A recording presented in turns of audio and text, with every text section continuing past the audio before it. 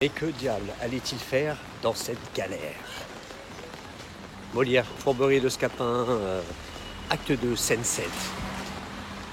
Bon, bref, là je sors ma petite science artistique. Tout ça pour vous dire que je voulais juste vous faire cette petite vidéo pour vous expliquer pourquoi la millième nuit. La millième nuit, c'est un spectacle que j'ai voulu monter pour plusieurs raisons. La première raison, ça a été en fait mon engagement à vouloir faire un seul en scène, tout seul. Où je voulais vraiment me mettre en danger, sortir de ce qu'on appelle une zone de confort. Ça, c'est la première des choses. La deuxième chose, c'est que pour ce challenge, je voulais également qu'il n'y ait pas de décor. Donc il n'y aura qu'une seule valise pour laisser la performance de l'acteur. Ça, c'est de l'art pur, l'art vivant pur.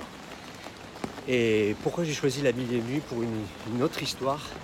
C'est que le thème sous-jacent, c'est le jugement d'autrui. C'est-à-dire qu'en fait, il est toujours plus facile de juger les autres lorsque les choses sont faites.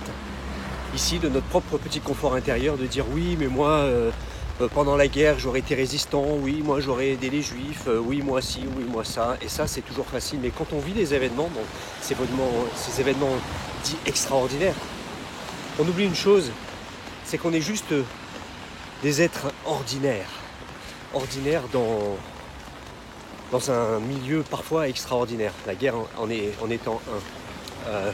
Et donc, on a toujours tendance à penser qu'on serait on serait extraordinaire, mais non. Peut-être que juste on survivrait, on essaierait de survivre. Et ça, c'est vraiment quelque chose qui me tient à cœur. Voilà. Moi, je pense que c'est difficile de savoir. On a une famille, on a une situation, on vient taper à notre porte, il faut faire quelque chose, je sais pas. En tout cas, c'est le thème sous-jacent de la millième nuit. Après, l'histoire de la millième nuit, je pense que je l'ai suffisamment décrite. L'histoire de la millième nuit, ça se passe dans une petite gare perdue au milieu de nulle part en mars 1943. Il y a un train qui est saboté par des résistants, et là il y a un acteur qui va essayer en fait de s'enfuir. J'avais failli me faire écraser. Donc il y a un acteur qui va essayer de s'enfuir.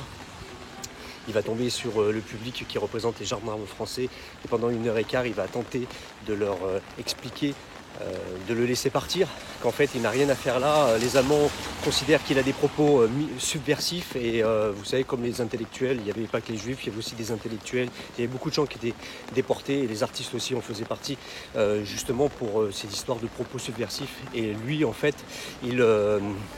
il dit non, mais moi je n'ai pas de propos subversifs, et il est déporté.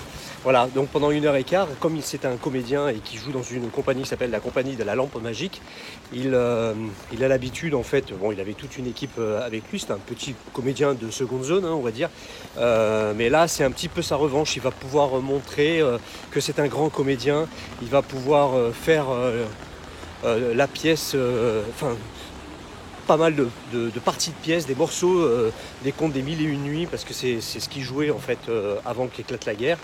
Et il va jouer tous les rôles. Donc il y a 25 personnages à jouer. Ça, c'était aussi un challenge qui m'intéressait. Voilà, cette histoire, c'est une histoire importante pour moi par rapport au thème, et puis par rapport à la prouesse, par rapport au challenge. Je crois que maintenant vous savez que j'aime bien les challenges. Ça, c'en est un important, un important challenge. Voilà. Donc je voulais vous faire cette petite vidéo pour vous raconter un peu le pourquoi de cette pièce, que c'est bientôt. Là, je vais attaquer bientôt une série assez difficile. Peut-être qu'on se verra un petit peu moins sur les réseaux. Mais en tout cas, à partir du 18 mai, c'est la première à Nice, et c'est le début d'une très grande aventure. Voilà. Merci. Je vais continuer, moi, sous la pluie. I'm singing in the rain. Ok. Mon anglais? Ouais. Bon. Je vous kiss. Ciao.